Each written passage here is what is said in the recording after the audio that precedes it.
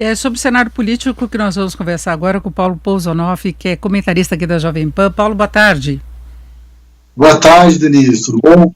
Bom, Paulo, mesmo com recesso, a gente tem outras denúncias, mas antes vamos comentar essa fala de agora do presidente Bolsonaro em relação a vários assuntos, começando com a agressão aos integrantes aí da comissão, os que presidem a comissão da Covid, né? Ele chamou Omar Aziz de anta amazônica, chamou os três de idiotas, né? A questão de são senadores da República. Eu queria saber como é que você vê essa postura tentando descaracterizar, falou que eles inventaram a história de corrupção porque não se concretizou a compra das vacinas.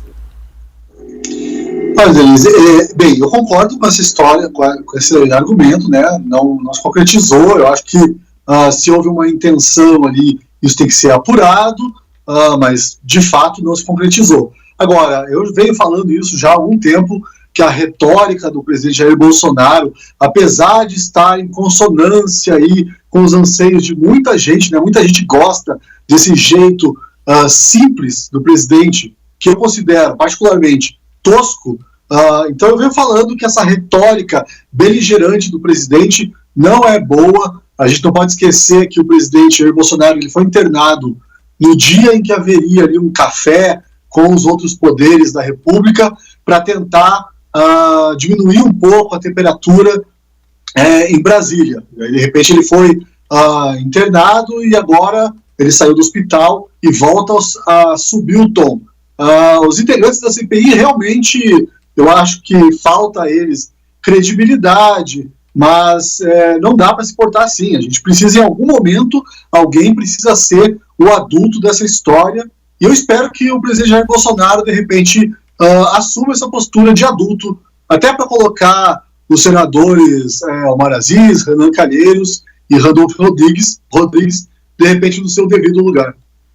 Tem aqui essa questão também do voto impresso, a forma como ele acusa os integrantes, que ele acabou de falar que a contagem vai ser pelos mesmos que discordam, os mesmos que libertaram o Lula, e a história não é bem exatamente essa, né? Ele foi eleito por essas urnas, a forma como ele compromete e questiona a credibilidade das eleições no país desde o início, desde quando nós tivemos as urnas eletrônicas, não é?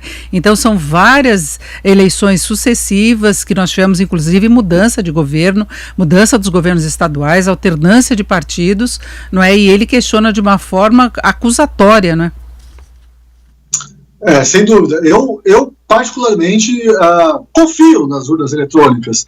Na verdade, eu tenho uma posição um pouco mais complexa do que isso, que eu acho que, enfim, o voto, essa relação nossa com o voto e com o nosso poder de decisão, ele é um pouco mais complexa do que simplesmente ir ali na urna e escolher o seu representante.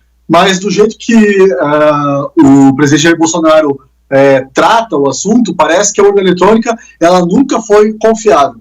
O que a gente tem que colocar isso aqui, é que houve também mudanças, né, na tecnologia. Então, uma tecnologia que se mostrava bastante segura, até pela precariedade ali, era uma coisa, sabe, semi-mecânica, semi-digital, em 96, né, eu acho que foi a primeira eleição pela urna eletrônica.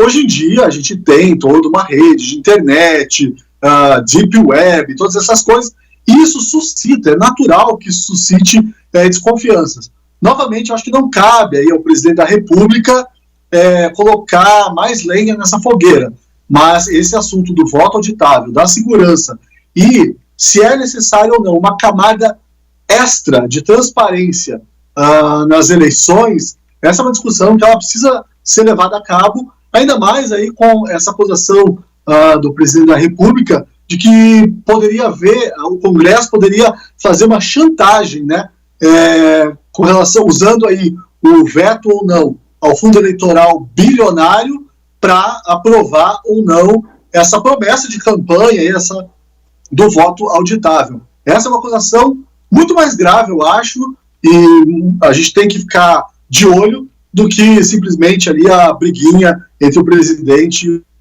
e os integrantes.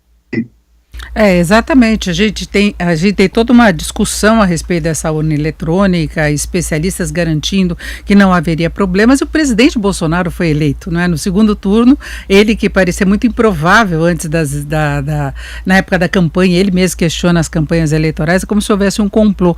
E aí vão surgindo algumas ideias em meio a todo esse burburinho que a gente tem na área política, os embates entre os poderes. Aí o presidente da Câmara, Arthur Lira, ele defendeu recentemente que o Congresso discuta mudanças no atual sistema de governo, com a justificativa de dar mais estabilidade para o Executivo, aquela ideia de um semipresidencialismo. Você acha que tem alguma possibilidade de uma mudança nessa proporção para as próximas eleições? Denise, eu diria que não, porque a gente já teve, né, um plebiscito, a população, na década de 90, a população já descartou essa ideia do semipresidencialismo, que seria ali um parlamentarismo do B, né, por assim dizer. Mas a gente vive em momentos tão conturbados, e a gente não pode esquecer que o STF tem passado aí por cima de questões constitucionais que pareciam garantidas, pareciam ali forjadas na pedra. De repente a gente vê que a Constituição brasileira é muito mais maleável do que a gente imaginava, que é difícil aqui afirmar que o Congresso não possa, de repente, aprovar uma mudança dessa natureza, que seria uma mudança revolucionária mesmo. A Constituição de 1988, ela foi idealizada para um regime parlamentarista, e é por isso também que a gente tem aí esse tão controverso, né, presidencialismo de coalizão, que muitas vezes descamba, como até o presidente falou, para chantagem pura e simples. Então eu não arriscaria aqui dizer que é impossível uma mudança dessa. Ela é bastante impopular, vai requerer um trabalho de convencimento da população muito grande, mas pode ser benéfica para o país, pode ser benéfica, sim, para a gente escapar aí dessa armadilha de ver sempre o presidente da República, quem quer que seja, contra a parede, né? Mas uma reforma política poderia modificar muito essa situação. Você tem um excesso de partidos, o sistema como ocorrem as votações de matérias relevantes, o governo fica meio refém se ele não negociar. É uma questão que a gente cobrava muito o presidente Bolsonaro de início, que ele bateu de frente com o Congresso, não houve entendimento, aí depois ele buscou o entendimento com o Centrão, que tem suspeita também de muitas irregularidades, já oscilou muito entre os vários partidos, então é uma base com a qual ele não pode contar 100% do tempo e 100% das matérias. A gente vê que escapam algumas propostas aí do governo. Nós tivemos agora essa votação do aumento dos recursos do fundão, dinheiro para a campanha eleitoral no meio de uma crise que o país está enfrentando na área sanitária, na economia. É toda uma irresponsabilidade que é muito complicada e vem muito da condição do sistema político que nós temos, né? E curioso que o Congresso acaba de aprovar aí 6 bilhões de reais para manter esse sistema eleitoral e político que causa todo esse atrito. É um atrito, a gente vai viver, não importa quem seja eleito em 2022, 2026. Se o sistema continuar o mesmo, do jeito que está, a gente vai continuar com essa relação de atrito eterno entre o executivo e o legislativo, que existe aí uma relação que vai continuar, uma relação de chantagem. Eu acho que uma escolha que a sociedade brasileira precisa fazer, e acaba fazendo através aí dos seus representantes no Congresso, se a gente quer viver esse cenário, essa sensação, esse ambiente de atrito eterno entre executivo e legislativo, que acaba prejudicando, né, o andamento do país. O STF funcionaria, né, nesse esquema ideal, balança, até como um poder ali quase moderador, mas não é também o que está acontecendo. Agora, Paulo, a gente tem recesso parlamentar, o recesso do Congresso, a impressão é que se teria uma calmaria, mas não é o que está acontecendo. Nós estamos vendo aí que a averiguação de documentação, de gravações que foram obtidas pela CPI, continuam gerando notícia, fatos novos. A quebra do sigilo telefônico do ex-diretor de logística do Ministério da Saúde, Roberto Dias, apontou uma série de contatos com a VTC, operadora logística, empresa que está sendo investigada pela comissão. Os dados também identificaram ligações e mensagens de texto trocadas com políticos da base aliada do governo. Não é? Isso vem saindo desde a semana passada, abrange o período de abril de 2020 a junho de 2021 e não considera chamadas realizadas por aplicativos como WhatsApp e Telegram.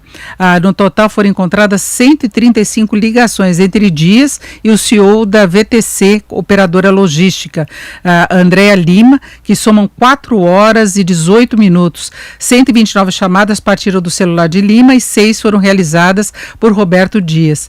Então, tem mais investigações ocorrendo ainda, apesar do recesso. Muito assunto, né? Eles tinham ali para tratar. 4 horas, acho que eu não converso isso com a minha mulher, assim, tanto tempo no telefone. Mas eu acho que a gente precisa ter muito cuidado também para não ter uma postura muito cínica em relação à CPI da Covid. A gente sabe, eu vivo dizendo aqui que falta bastante credibilidade ali aos parlamentares da oposição, e acredito também que eles entraram nesse ímpeto de vamos derrubar o presidente da República. Mas é claro que uma investigação, esmiuçar esses dados, muita coisa acaba aparecendo. O cuidado que a gente precisa ter, e me parece que a CPI da Covid já cometeu esse erro, não sei se ainda é possível voltar a recuperar, de cair naquela historinha infantil do Pedro é o Lobo, sabe? Cada dia surge uma denúncia diferente, uma denúncia que não é aprofundada, uma denúncia que dá na água, e isso tira ainda mais a credibilidade da CPI.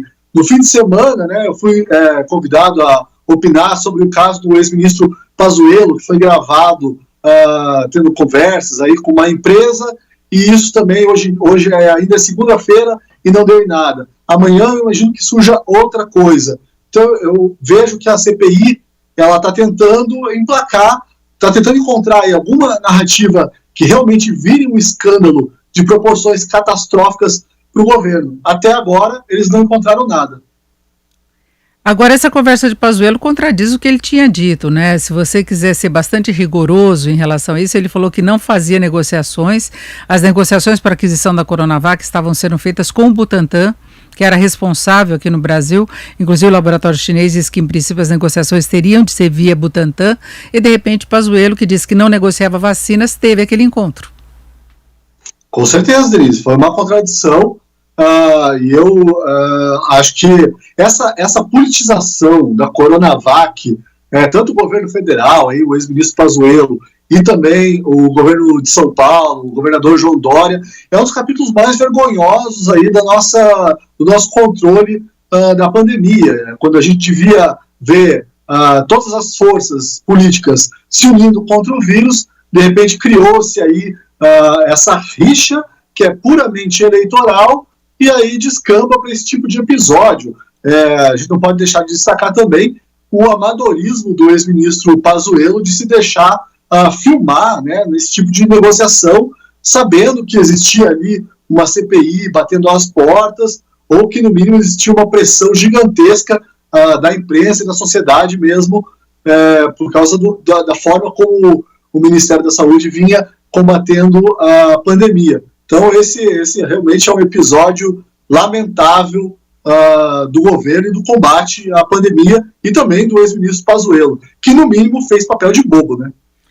Agora, todos esses embates que nós estamos vendo entre os vários poderes é uma coisa extremamente desgastante para o país, entra na avaliação de risco, pode complicar as eleições, cria um cenário político em que as propostas não se desenrolam de uma forma que seria natural, né, e mais racional.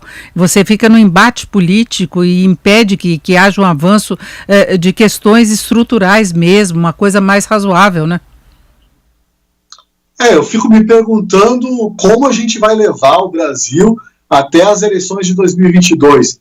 E mais, eu fico me perguntando como a gente vai levar o Brasil depois das eleições de 2022. Porque toda essa questão do voto auditável, que por enquanto aí está num fogo brando para alto, isso tende a piorar esse cenário.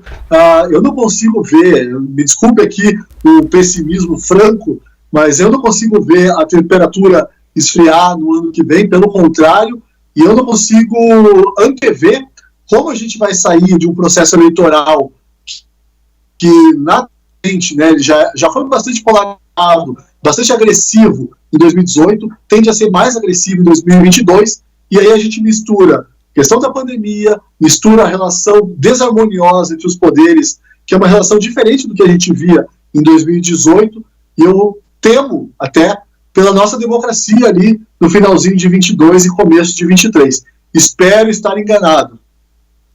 Exatamente, fica essa apreensão, exatamente como que o país vai lidar com essa situação antes, durante as eleições e no pós-eleições, né? Na eventualidade de o presidente ser derrotado, qual seria a reação dele, se haverá questionamento de resultado das eleições de qualquer parte, como é que vai ser o encaminhamento de propostas, porque você fica nessa polarização, isso acaba distorcendo inclusive o surgimento de candidaturas mais fortes, porque a população fica acompanhando essa briga, essa queda de braço permanente que a gente tem, não é? Denise, e é uma ansiedade que não leva a nada, né? Porque é basicamente ali uma questão eleitoral, quem vai assumir o poder de um Estado inchado, ineficiente, né? Que suga o contribuinte. Então, no final das contas, como diria o velho Shakespeare, é muito barulho por nada no final das contas. O Brasil continua seguindo aí, a gente continua trabalhando, pagando nossos impostos, e o país parece que vai à deriva, vai para algum lugar. Bom, é isso, vamos continuar acompanhando, pelo jeito não vai ser o recesso parlamentar que vai dar trégua aí nessa preocupação que a gente tem e nos embates, né? Estão os protagonistas estão aí nessa discussão toda, mais denúncias saindo e voltamos a falar. Paulo, muito obrigada por enquanto, uma boa tarde. Boa tarde, Denise, obrigado.